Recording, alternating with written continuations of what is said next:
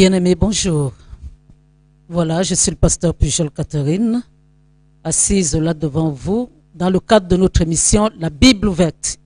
La Bible ouverte, encore une fois, et je le dirai toujours et toujours, c'est une émission qui a pour vocation de vous amener à aimer lire la Bible, à la comprendre un peu mieux.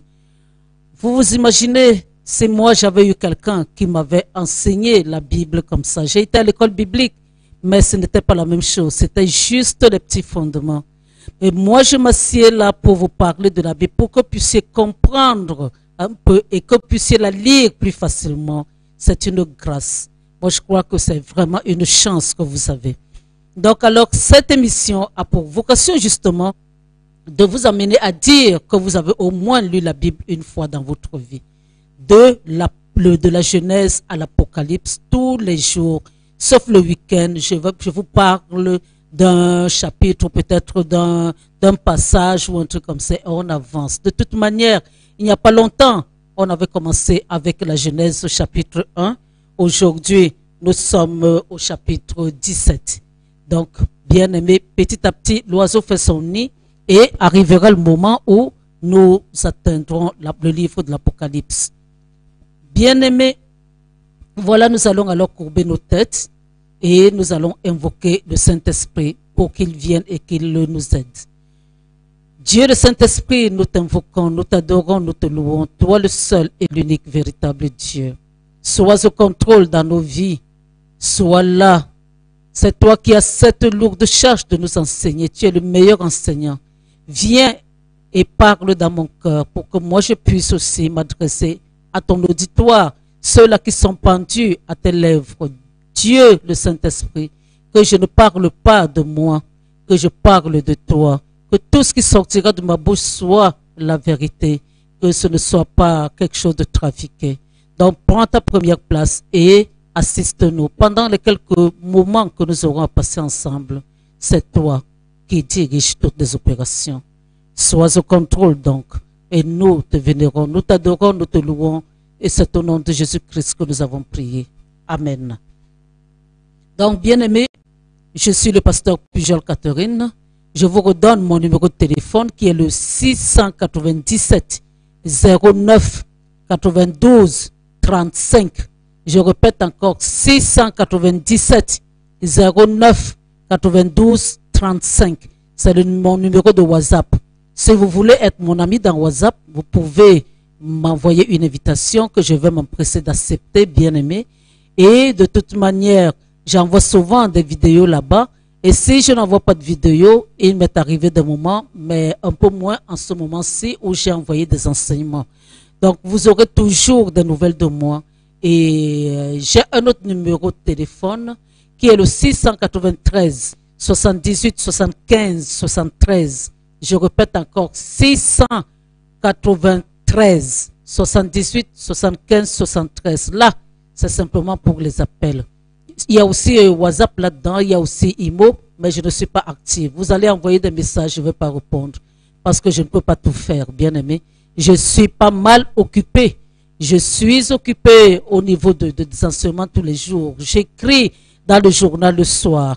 Et en même temps, je prépare un livre que je vais sortir bientôt. Donc alors, bien aimé, je suis très occupé. Donc je ne peux pas répondre à tous les messages, tous les trucs qu'on m'envoie dans WhatsApp. Mais dans le premier numéro, je lis et ce que je trouve juste, ce que je trouve bon pour répondre, je réponds. Donc alors, bien aimé, voilà. Qu'est-ce que j'ai encore à vous dire? Je vous dis que je comprenez clairement que Dieu ne se garde pas pour soi. Dieu se partage.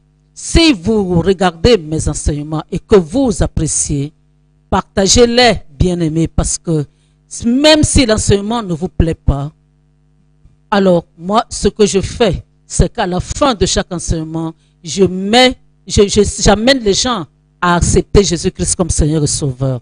Donc, la seule chose que vous pouvez faire à quelqu'un de particulier, de vraiment très intéressant et de vraiment très généreux sur cette terre, c'est de lui présenter Jésus. Donc, si vous n'avez pas le temps de parler de Jésus autour de vous, envoyez mes vidéos. à ces gens-là. Et de toute manière, à la fin, ils vont donner leur vie à Jésus. Donc, au moment où je vous parle, je suis connecté en même temps à Facebook. Je suis un peu en avance aujourd'hui. Ça change un peu de tout le temps où je suis en retard. Mais ce n'est pas souvent de ma faute, bien aimé. C'est beaucoup plus parfois à cause d'Internet et tout le reste. Et maintenant, pour YouTube, dès qu'on a fini les enregistrements, on lance à YouTube. C'est comme ça. À YouTube, on ne voit pas en direct. Mais à Facebook, vous me voyez au moment où je parle. Vous pouvez me voir si vous vous connectez. Et c'est généralement aux environs de 14 heures, sauf le week-end. Aux environs de 14 heures, du lundi au vendredi. Et donc, alors, c'est des enseignements différents. Quel que soit le thème, ne vous focalisez pas là sur le thème, bien aimé. Sachez simplement que je progresse au fur et à mesure. Je ne saute pas. Je ne suis pas là pour des prédications où on peut choisir un thème. Ici, c'est comme si on était à l'école biblique, c'est-à-dire que j'ai choisi un chemin. Je vous amène de la Genèse à l'Apocalypse. C'est ça le but. Le but, ce n'est pas des prédications, vous en avez le dimanche. Mais ici, ce que je fais, c'est des enseignements qui partent de la Genèse à l'Apocalypse. Donc, en fait, une sorte d'étude biblique. Voilà. Donc, je vais lire le chapitre qui nous intéresse aujourd'hui, qui est le chapitre 17. Et le titre, c'est « Dieu change le nom d'Abraham à Abraham ». Voilà, donc je vais lire le chapitre 17 à partir du verset 1. Lorsque Abraham fut âgé de 99 ans, l'Éternel apparut à Abraham et lui dit, « Je suis le Dieu Tout-Puissant. Marche devant ma face et sois intègre. J'établirai mon alliance entre moi et toi, et je te multiplierai à l'infini. » Abraham tomba sur sa face, et Dieu lui parla en disant, « Voici mon alliance que je fais avec toi. Tu deviendras père d'une multitude de nations. On ne t'appellera plus Abraham, mais ton nom sera Abraham, car je te rends père d'une multitude de nations. Je te rendrai fécond à l'infini. Je ferai de toi des nations, et des rois sortiront de toi. J'établirai mon alliance entre moi et toi et tes descendants après toi, selon leur génération. Ce sera une alliance perpétuelle en vertu de laquelle je serai ton Dieu et celui de ta postérité après toi. Je te donnerai et à tes descendants après toi le pays que tu habites comme étranger, tout le pays de Canaan en possession perpétuelle, et je serai leur Dieu. Voilà pour aujourd'hui, c'est tout.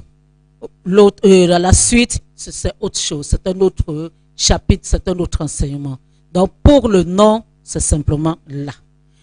Bon, beaucoup de choses que je vais dire aujourd'hui, c'est des choses que j'ai déjà dites pour ceux-là qui ont l'habitude d'écouter mes enseignements.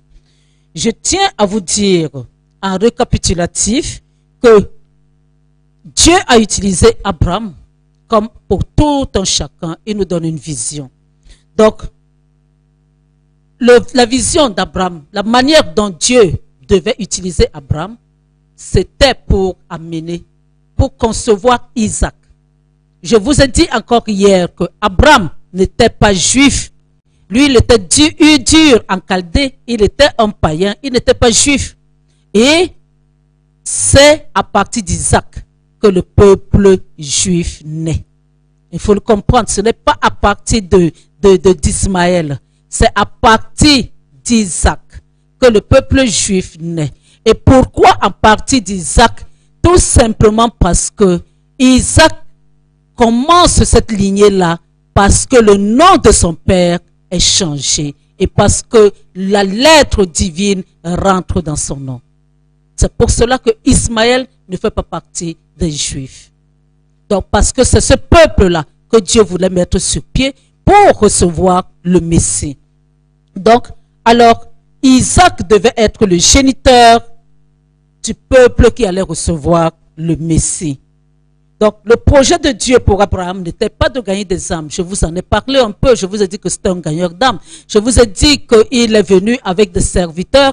Et comme tout serviteur de Dieu, bien-aimés, aucune personne ne doit habiter vos maisons sans que vous l'ameniez à connaître Jésus. Si vous ne le faites pas, c'est que vous n'êtes pas un serviteur. Parce que toute personne qui est à côté de vous, bien-aimés, c'est une âme que vous devez gagner pour Dieu. Vous, en tant que serviteur de Dieu. Vous devez les amener à prier. Vous devez les amener à avoir la crainte de Dieu. Vous devez, moi chez moi, que tu sois païen, que tu ne sois pas païen d'ailleurs, tu ne peux même pas être païen et être chez moi. Tu ne peux pas. Je te force à aimer mon Dieu. Si tu n'aimes pas mon Dieu, tu ne peux pas être chez moi. Ça c'est clair, net et précis. Donc nous prions le matin, nous prions le soir. Et de temps en temps, j'organise des programmes des jeunes. Et c'est comme ça. Si tu ne veux pas, tu t'en vas. Mais si tu es à côté de moi, mon Dieu là, tu dois l'aimer. Donc, c'est comme ça que ça se passe. Quelqu'un qui connaît Dieu, quelqu'un qui sert Dieu, doit se comporter de la sorte. Et même peut-être même faire plus. Faire plus. Moi, avant que je ne sois ce que je suis aujourd'hui, j'ai aussi vu cela chez d'autres personnes qui, eux, ne dormaient pas le soir sans se retrouver et sans prier Dieu. Et j'ai trouvé que c'était fantastique. Et c'est comme ça que j'ai inséré ça dans ma vie de tous les jours, en espérant que ceux qui sont à côté de moi feront aussi la même chose. Même s'ils sont entretenus par moi aujourd'hui, quand ils auront leur propre maison, ils feront la même chose. Donc c'est ça. Je sème. Et vous gagnez des âmes.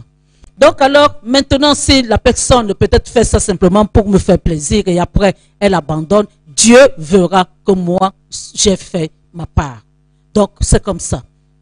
Alors, bien aimé, Abraham n'était pas simplement un gagneur d'âmes. Dieu l'a appelé pas pour gagner des âmes. Nous tous, nous sommes des gagneurs d'âmes. Nous tous, c'est notre vocation. Nous devons parler de Jésus. Nous devons gagner des âmes. Mais à côté de ça, Dieu nous appelle pour un but. Il nous donne à chacun une vision. C'est pour cela que j'ai l'habitude de vous dire, bien aimé, que ce n'est pas la peine de dire que vous servez Dieu quand vous vous cachez derrière la vision de quelqu'un d'autre. Vous n'êtes pas venu en touriste sur cette terre. Vous êtes venu pour servir Dieu. Et vous ne pouvez pas servir Dieu par procuration. Donc vous ne pouvez pas dire à Dieu le moment venu que vous avez à aider un tel ou à travailler, à aider votre pasteur, à aider, même s'il est l'homme le plus ouin. Bien aimé, vous avez votre vocation. Même si vous êtes jumeaux, chacun d'entre vous a une vocation, a quelque chose que Dieu a déposé, a un travail, a une mission à faire sur cette terre. Donc, vous irez en enfer parce que vous avez loupé votre vocation. Ce n'est pas normal. Même si c'est votre père spirituel, vous pouvez être en train de faire votre travail. Personne ne vous demande de couper les ponts. Vous n'avez même pas le droit. Dieu nous donne un père naturel et il nous donne un père spirituel. Mais de dire que vous restez toute votre vie à aider votre père spirituel, bien aimé, vous êtes dans l'erreur. Vous êtes dans l'erreur. Et quand on a loupé sa vie, ce n'est pas... Dans le monde, on va dire qu'on a loupé sa vie, peut-être parce qu'on n'a pas été à l'école ou parce qu'on n'a pas eu de l'argent, ou alors on dit qu'on a loupé sa vie quand on fait le trottoir. Mais chez Dieu, on loupe sa vie quand on n'a pas accompli sa vision. Donc alors, bien aimé, assurez-vous d'accomplir votre vision. Si vous ne savez même pas pourquoi vous êtes venu sur la terre, demandez au Saint-Esprit qui va vous le révéler. Et même à la limite encore, demandez même à ceux qui sont autour de vous, ou alors dans la marche avec Dieu, qu'est-ce qui vous paraît facile? Qu'est-ce que vous faites facilement dans votre vie? Est-ce que c'est au niveau de l'évangélisation que vous êtes à l'aise? Est-ce que c'est au niveau de l'enseignement que vous êtes à l'aise? Est-ce que c'est au niveau de... Il y aura un domaine dans lequel vous serez à l'aise, et c'est ce domaine-là, c'est dans ce domaine-là que Dieu vous a appelé. Donc, bien aimé, voilà ce que j'avais à vous dire par rapport à ça. Donc, maintenant... Et je vous ai parlé aussi, ça fait longtemps que je n'en parle plus de la guématria. Ça fait longtemps que je n'en parle plus. Et parce que de toute manière, il faut connaître la Torah, il faut connaître, oui, l'hébreu pour connaître, savoir que toute lettre chez les Hébreux a une valeur numérique. Donc alors, Abraham et Sarah ont tous les deux la valeur de 6. Ont tous les deux la valeur de 6. Et nous savons que la valeur de 6, c'est la valeur de l'homme. Et qui changera le nom de Sarah. Donc ça, c'est encore quelque chose que vous devez savoir, que Dieu aurait pu, il aurait pu changer lui-même le nom de Sarah, Mais il a laissé le soin à Abraham de changer, d'ajouter la lettre H dans le nom de Sarah. Même au niveau d'Adam et Ève, si vous lisez la Bible, vous ne verrez jamais Dieu en train d'appeler Ève, Ève. C'est Adam qui a donné ce nom à sa femme. C'est pour nous utiliser pour l'avancement du royaume. Et maintenant, voilà. Donc, à partir du moment où tu donnes le nom, c'est un peu comme si tu es un peu assimilé à la nouvelle. Ça dit que tu amènes quelqu'un à connaître Dieu. Tu amènes quelqu'un à la prière de repentance. Tu amènes quelqu'un à connaître Jésus-Christ. Donc, tu changes le nom de la personne. Bien sûr, pas d'une manière fantaisiste. C'est Dieu qui t'amène à le faire. C'est Dieu qui t'amène, toi le leader, à l'élévation spirituelle que tu as à faire sur ton fidèle. Donc c'est comme ça. Dieu a voulu que ce soit Abraham qui change le nom de Sarah, mais on verra ça plus tard.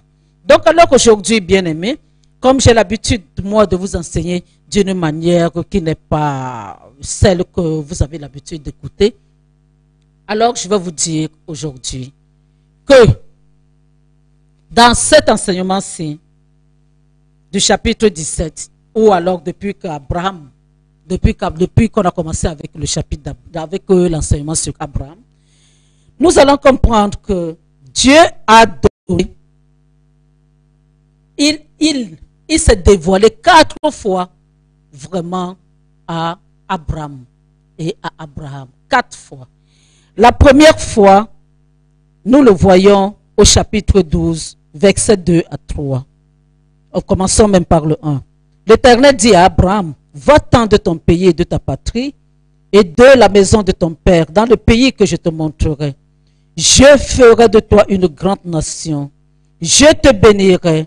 Je rendrai ton nom grand et tu seras une source de bénédiction. Je bénirai ceux qui te béniront. Je maudirai ceux qui te maudiront. Et toutes les familles de la terre seront bénies en toi. Donc alors, qu'est-ce que Dieu veut dire? Pour la première fois, il se dévoile à Abraham. Abraham, je te donnerai cette terre, la terre d'Israël, la terre de Canaan, à ta descendance et à toi. Les frontières, à ce moment-là, bien-aimés, ne sont pas délimitées. Dieu n'a pas délimité Israël à ce moment-là. Dieu a dit simplement, va-t'en de ton pays et il faut aller dans le pays que je te montrerai. Dieu ne lui a même pas donné le nom. Donc, pendant ce temps, qu'est-ce que Abraham doit faire? Abraham doit se chercher.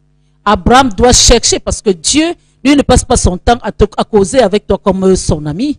Donc, là, maintenant, il va te diriger à distance. Tu vas avancer, mais il sera là, mais il va te diriger à distance. Dieu n'a pas dit où est-ce que Abraham devait aller exactement, mais Abraham a quitté, il a obéi et Dieu gérait les choses à distance.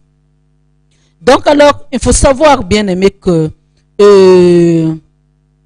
la durée même du voyage, du pèlerinage d'Abraham n'était pas mentionnée non plus. Combien de temps Abraham devait marcher pour arriver là où Dieu l'attendait, là où retrouver Canaan, la terre promise. La Bible ne nous dit pas.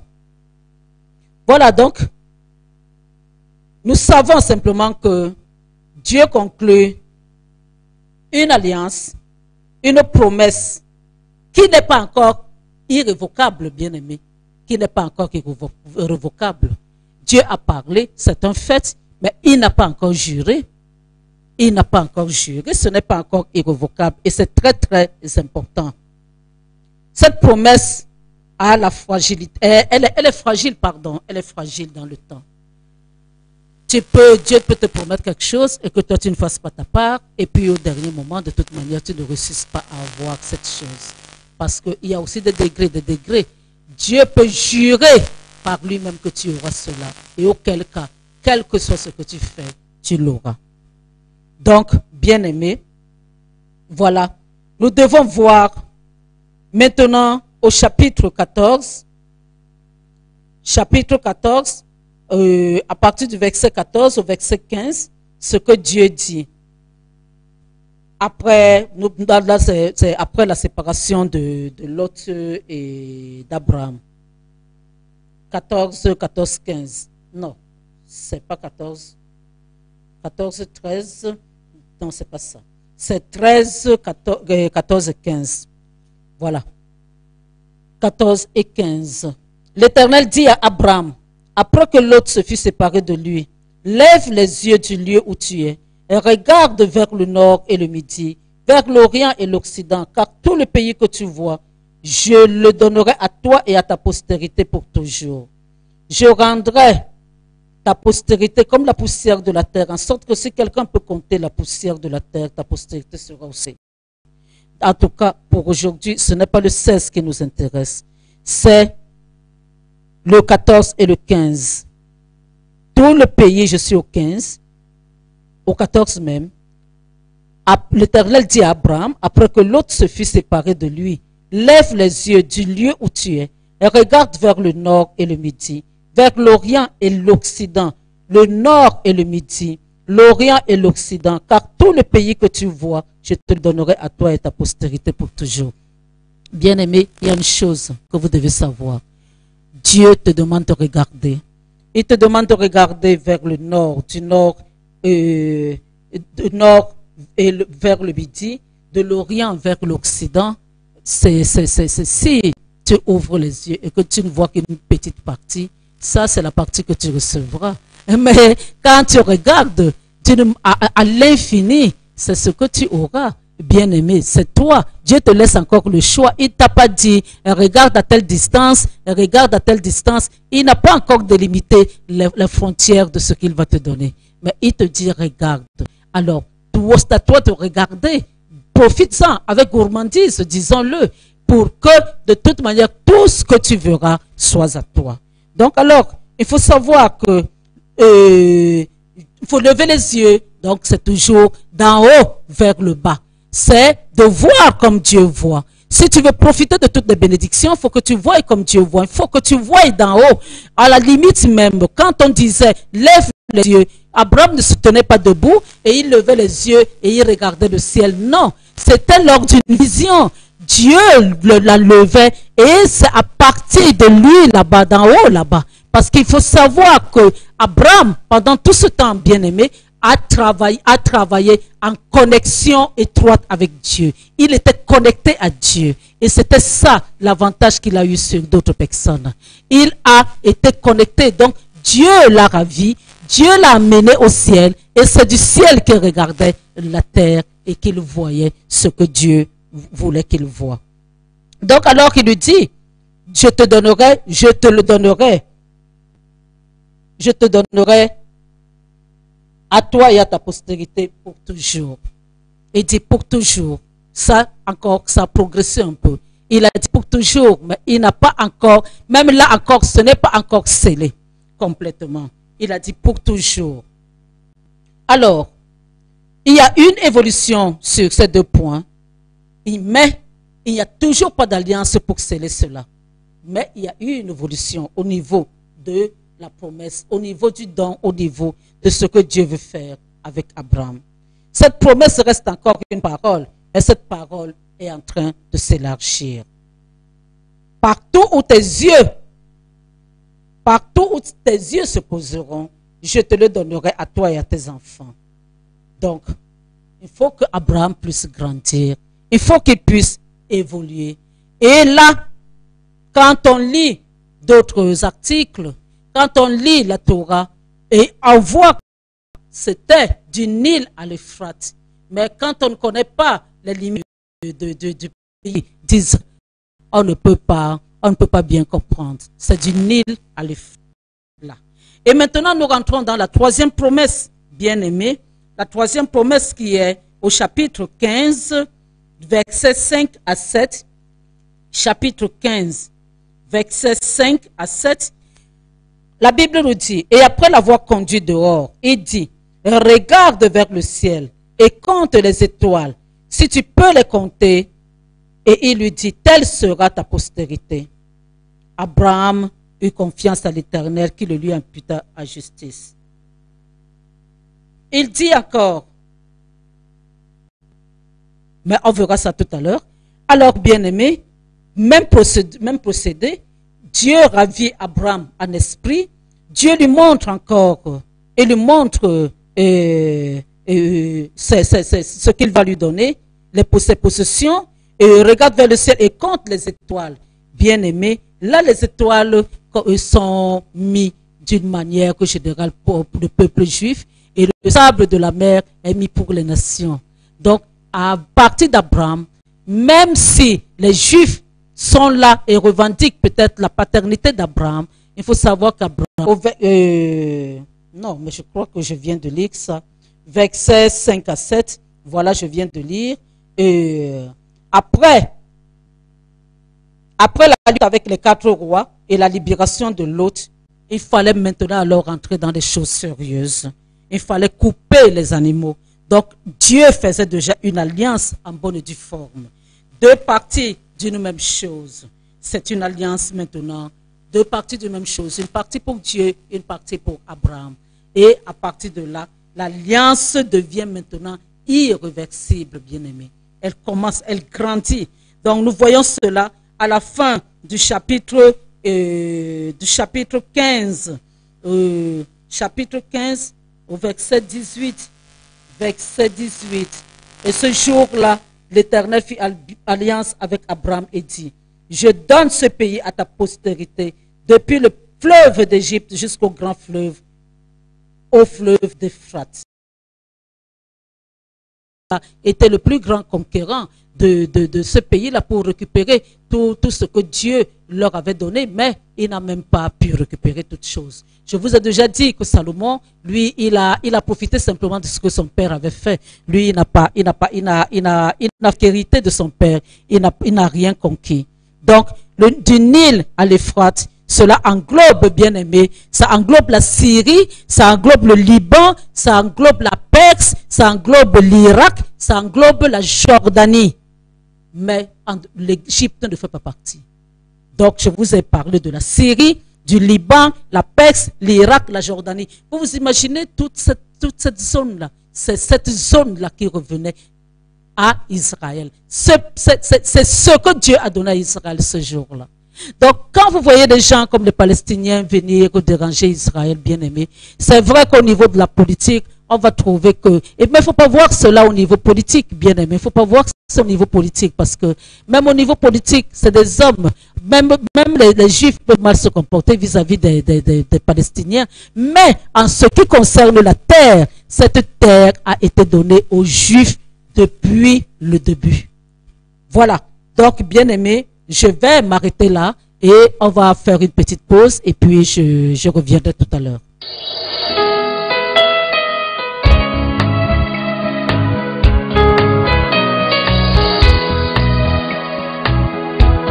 Mesdames, Messieurs, bien-aimés dans le Seigneur, vous qui êtes amoureux de la lecture, des nouvelles parutions dans nos bibliothèques et librairies.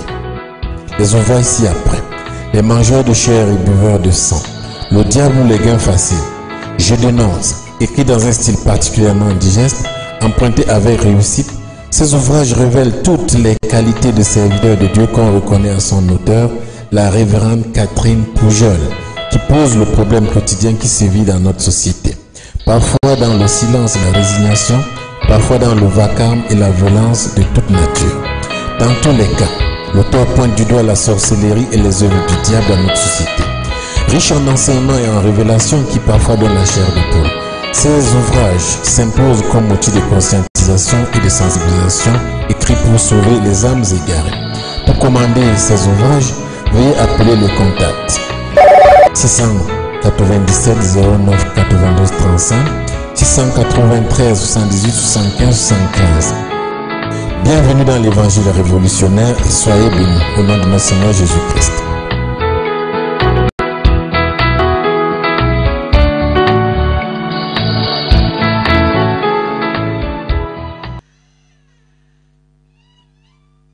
Donc, bien aimé, voilà, je suis là de nouveau devant vous. Après cette petite pause, nous allons continuer. Alors, je vous ai dit que pour Israël, Israël était le pays, c'est-à-dire les frontières que Dieu a données à Israël depuis le début étaient plus grandes que celles-là. Et elles étaient beaucoup plus grandes dans le sud, pas beaucoup plus grandes au nord. Le nord n'était pas énorme, mais c'est le sud qui était grand, qui englobait tous ces autres pays-là. Donc, normalement, de par Dieu, tous ces autres pays appartiennent à la terre d'Israël. Bon, ce n'est pas grave. De toute manière, ils sont déjà, à un certain moment, ils étaient aussi en exil. Et maintenant, ils sont en train de rentrer. Ils ne sont même pas encore tous rentrés. Donc, mais bon, voilà. Dieu s'engage donc réellement à définir les frontières définitives d'Israël. Nous le voyons. Mais, il n'a pas dit quand est-ce qu'ils auront ces frontières-là. Il n'a pas dit. Quand vous lisez, il faut bien lire. Il n'a pas dit. Je m'engage, vous l'aurez. Mais je n'ai pas encore dit quand est-ce que vous l'aurez. Donc, nous allons maintenant alors au chapitre 17, versets 1 à 8, que j'ai lu tout à l'heure, et nous allons voir à partir de là la quatrième promesse, bien-aimée. La quatrième promesse, bien-aimée, c'est celle-là qui va inclure la circoncision. Mais je vais en parler demain puisque je n'ai pas lu cela. Je vais parler de la circoncision demain. Alors, donc, je vais simplement conclure en disant ceci. Noé allait marcher à côté de Dieu. Abraham marchait devant Dieu. Que veut dire marcher devant Dieu, bien-aimé? Marcher devant Dieu veut dire aller à l'intérieur de Dieu. Ça veut dire aller à la rencontre de l'intériorité de Dieu. Donc, vous savez, dans notre corps, il y a le visage. Notre visage est la seule partie de notre corps qui reflète notre intérieur, notre intériorité. Quand quelqu'un est fâché, c'est difficile, même s'il essaye de faire une belle figure, ce sera difficile si on connaît bien la personne, on va faire quelque chose qui l'embête. Donc, voilà, c'est notre visage, à partir de notre visage qu'on peut voir que quelqu'un est heureux ou quelqu'un est malheureux. Alors, marcher devant Dieu veut dire qu'Abraham marchait à l'intérieur de Dieu. Abraham avait atteint un niveau de marche avec Dieu que beaucoup n'atteindront même jamais. Donc, bien-aimé, il faut savoir que Dieu n'a pas éprouvé Noé. Et pourtant, Dieu a utilisé Noé aussi à une dimension. Hein. Si nous sommes en vie, même si Abraham est né, c'est parce que Dieu a laissé Noé en vie et parce que de toute manière, il vient de la descendance de Noé. Et il a même, je vous ai déjà dit qu'il a même vécu aussi du temps de Noé parce que les gens vivaient longtemps. Mais il faut savoir une chose, c'est que Noé, nulle part, on nous dira que Dieu a éprouvé Noé. Dieu n'a jamais éprouvé Noé. Noé marchait à côté de Dieu. Dieu savait jusqu'à quel niveau il allait utiliser Noé, mais Dieu n'a jamais éprouvé Noé.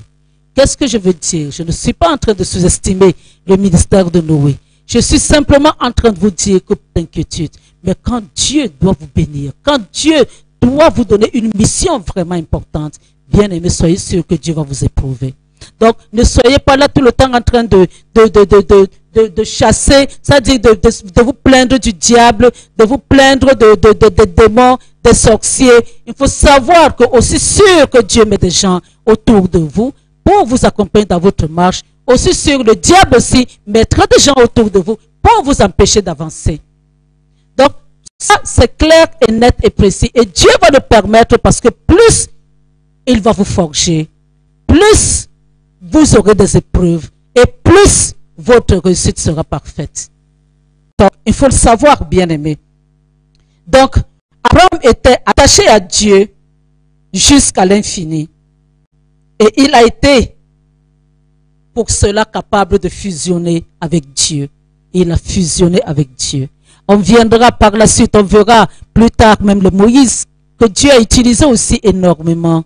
Mais personne sur cette terre n'a été le Père Abraham. Et Père Abraham, c'est-à-dire qu'au jour d'aujourd'hui, ceux qui vénèrent le plus Moïse, c'est les Juifs. Les Juifs, beaucoup de Juifs sont restés du temps de Moïse et n'ont pas accepté Jésus-Christ. Mais il faut savoir une chose, c'est que Abraham, qu'on soit juif ou qu'on ne soit pas juif, de toute manière, on sait qu'on descend d'Abraham. Et il ne se passe pas une journée où là, quand on prie ou quand on demande à Dieu de nous bénir, ce sera toujours par rapport aux bénédictions d'Abraham. Le Père, et Dieu avait décidé que Abraham sera le Père avant qu'Abraham n'ait un seul enfant. Et il avait une femme qui ne faisait pas d'enfant à l'époque. Donc, bien aimé, il faut savoir que les épreuves, avoir des épreuves, ça fait partie de la marche avec Dieu. Il faut savoir que Dieu nous a dit qu'il est avec nous jusqu'à la fin des temps. Dieu ne nous a pas dit qu'il allait nous abandonner. Donc, à partir du moment où nous savons que Dieu est avec nous, bien aimé, nous n'avons rien à craindre. De toute manière, la honte viendra toujours du diable parce que chaque fois qu'il essayera, il verra son échec. Et à ce moment-là, nous, on sera là en train d'avancer. Ne nous focalisons pas sur les œuvres du diable, bien-aimés. Ne soyons pas là en train de parler du diable sans arrêt. Nous valorisons le diable sans le vouloir. Donc, même les ministères où on parle du diable du matin jusqu'au soir, oh, les œuvres du diable, oh, les sorciers ont fait ceci, les sorciers ont fait cela. Les gens ne peuvent pas comprendre combien de fois ils s'éloignent de Dieu de cette manière-là. Au lieu de se focaliser sur leur marche avec Dieu, ils sont là en train de valoriser le diable. Même si on a l'impression qu'on dit du mal de lui, bien aimé, on prononce son nom et il est toujours présent. Et il ne se passe pas une journée où le diable n'est pas présent dans ce genre de ministère. Et ce n'est pas ce que Dieu veut. Donc alors, bien aimé, ça dépend. Vous voulez que Dieu vous utilise parce qu'il peut même avoir une bonne vision pour vous et que vous la rameniez à zéro. Vous voulez que Dieu vous utilise, n'ayez pas peur des épreuves parce que vous serez éprouvé. Donc, bien aimé, voilà ce que j'avais à vous dire aujourd'hui. Je n'ai pas voulu qu'on attaque la circoncision de peur qu'on ne la bafoue, mais je vais, demain c'est samedi, donc je ne suis pas là demain. Et lundi, l'enseignement sera sur la circoncision. Donc, bien aimé, j'ai été contente d'être avec vous. J'ai été contente de parler, de vous expliquer, enfin, à mon niveau, ce passage que j'ai lu aujourd'hui. Et j'espère que vous avez apprécié et j'espère que vous êtes de plus en plus nombreux à vous connecter. Et je sais que même si l'heure ne vous convient pas, vous savez que ça reste là sur Facebook, ça reste sur YouTube. Vous pouvez télécharger et à votre personne bien-aimée, faites-le. Dieu ne se garde pas et vous allez voir que vous allez rendre énormément service à beaucoup de personnes. Donc, bien-aimés, je vous dis merci. Et maintenant, je pose la question à ceux-là qui ne connaissent pas encore Dieu. Parce que quand moi je vois ceux qui me demandent des invitations dans Facebook, beaucoup de personnes ne connaissent pas Dieu là-dedans. Et dans Facebook, vous tous, vous en conviendrez avec moi que c'est beaucoup plus des histoires d'anniversaire, c'est beaucoup plus des histoires de fêtes, les photos de ceci, les photos de cela et les likes par-ci, les likes par-là. Ce n'est pas ce qui compte, bien aimé. Tout ça, nous sommes seulement dans la distraction alors que Jésus revient bientôt. Nous devons, bien aimé, nous concentrer sur ce qui est essentiel. Ce qui est essentiel, c'est Jésus. Alors, toi qui est encore dans la distraction, je te demande, si tu meurs aujourd'hui, où est-ce que tu iras? Parce que après la mort, c'est pas tout. La vie ne va pas s'arrêter là. Les gens ont peur de la mort, mais il faut savoir que après, il y a autre chose.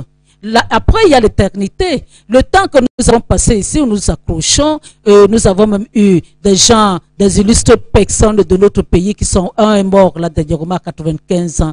Ici, pour le Cameroun, il a beaucoup vécu. Mais n'empêche quand même que même avec tout l'argent qu'il avait, il est mort. Donc, quoi que vous fassiez, bien aimé, vous allez mourir. L'éternité, c'est après la mort. C'est après. Et cette éternité veut dire éternel. Où est-ce que vous voulez aller?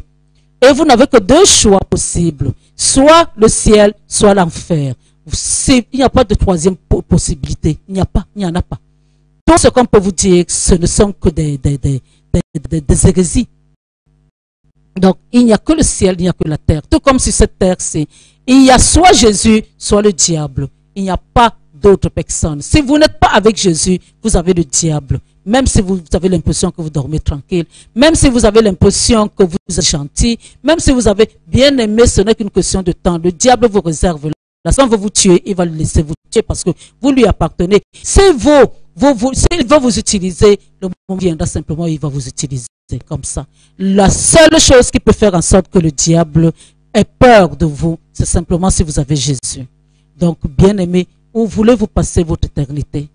Si vous voulez aller au ciel, comme moi je l'espère, alors qu'il vous faut simplement faire la prière de repentance, cette prière qui vous amènera à voir votre nom inscrit dans le livre de vie. Bien-aimé, il faut savoir une chose, c'est que non seulement votre nom sera inscrit dans le livre de vie, mais en plus de ça, bien-aimé, vous aurez maintenant la porte ouverte vers la marche avec Dieu. Parce que, faut pas croire que parce que vous avez confessé Jésus, tout s'est arrêté. Vous avez une marche. Et on vous dit, étroit est le chemin qui mène à Dieu. Et large et spacieux est celui qui mène en enfer, là, au diable. Moi, je paraphrase, c'est tout. Alors, donc, bien-aimé, beaucoup de personnes sont intéressées par les choses de la terre. Beaucoup de personnes aiment la lumière artificielle d'ici. Beaucoup de personnes amassent sur cette terre. C'est le chemin large et spacieux. Sachez que cela, ça va vous conduire. Ce chemin-là va vous conduire en enfer. Donc, si vous choisissez Jésus, bien-aimé, il faut connaître une chose, c'est que il faut absolument que vous puissiez confesser Jésus-Christ comme Seigneur et Sauveur. Et si vous ne savez comment faire, alors moi je vais vous donner simplement une ossature, c'est de vous mettre à genoux et de demander pardon à Jésus par rapport à tout ce que vous avez fait. Il faut savoir que c'est la meilleure des délivrances, bien-aimés. Pendant que vous parlez de ce que vous avez fait, pendant que vous parlez des œuvres du diable, c'est comme ça que le diable, ces mauvais esprits-là sortent aussi parce qu'ils sont à découvert. C'est comme si vous trouviez une maison obscure et que vous mettiez la lumière. Les ténèbres vont se cacher. Je ne vous dis pas que les ténèbres vont disparaître définitivement. Je vous dis qu'ils vont se cacher parce que même s'ils se cachent, il y a la possibilité qu'ils reviennent. La nature a horreur du vide. Si vous n'êtes pas avec Jésus, vous allez être, le diable va revenir. C'est comme ça. Le Saint-Esprit dans notre cœur et le diable, c'est les deux pièces d'une même monnaie. C'est soit le Saint-Esprit qui est dans la partie évidente, c'est soit le diable qui est à la partie évidente. C'est comme ça. Donc, demandez pardon et ce sera une bonne chose pour vous-même. Et si vous finissez de demander pardon, faites-le Dieu le cœur des gens. Alors, à ce moment-là, maintenant, si vous avez fini, acceptez l'acte que Jésus a posé sur la croix. Sachez qu'il est venu vous sauver, il est venu sur la terre pour vous sauver. Et si vous acceptez cela, bien-aimé, il faut savoir maintenant que vous devez faire de lui votre Seigneur et votre Sauveur. Il est déjà votre Sauveur puisque vous avez accepté qu'il est mort sur la croix pour vous. Et maintenant, faites de lui votre Seigneur pour qu'il puisse vous protéger réellement. Et si vous avez fait cela, alors maintenant, demandez à Dieu, dites-lui merci et demandez à Dieu de vous positionner là où il aimerait que vous soyez. Et parce que vous pouvez être au mauvais endroit alors que Dieu vous attend ailleurs. J'ai l'habitude de parler des boîtes de nuit, je ne parle même pas de ça. Vous pouvez même être là, après être né de nouveau, être à un endroit où Dieu ne vous attend pas. Dieu vous attend à Canaan, vous restez encore là, à Charam. Charam n'est pas Canaan. Donc alors, bien aimé, il faut savoir que c'est Dieu. Vous devez demander à Dieu de vous positionner. Et si vous lui avez demandé cela, demandez-lui aussi, bien aimé, de vous aider à connaître la vision, la raison pour laquelle vous êtes venu sur cette terre. Moi, ça a été mon problème pendant longtemps. Quand la vie était difficile pour moi, je me demandais même pourquoi j'étais venu sur la terre. Pourquoi j'étais venu? Parce que rien n'était facile. J'avais l'impression que je tournais en rond. J'avais l'impression que d'autres personnes peut-être pouvaient m'envier, mais moi, je ne trouvais pas que j'étais bien. Et donc, alors, je posais la question. Dieu a entendu et il m'a mené à... Vous savez que vous êtes enfant de Dieu, vous êtes devenu enfant de Dieu. Donc, voilà, bien-aimé, ce que j'avais à vous dire. Je vous dis merci pour votre disponibilité. Merci d'apprécier, parce que je connais certains là-dedans qui commencent maintenant à se connecter et à lire. Il ne se passe pas un enseignement où je ne vois pas leur nom connecté sur Facebook. Donc, merci beaucoup pour cette disponibilité. Merci d'aimer Dieu parce que c'est ce que moi je fais, c'est ce que je vous communique en fait. Le montant, je le mets à votre disposition pour vous amener à aimer Dieu comme moi je le fais. Donc, je vous dis merci, je dis merci à Dieu le Saint-Esprit. Soyez bénis et passez un bon week-end. Vous êtes abondamment bénis. Merci Dieu le Saint-Esprit et à lundi. Amen. C'était le pasteur Pujol Catherine.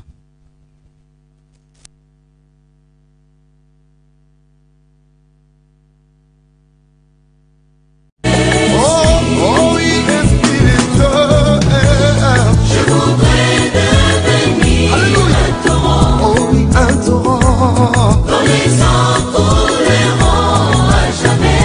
Saint-Esprit, Saint-Esprit, inonde mon cœur, fais de mon être ta demeure. Où tes désirs, viens,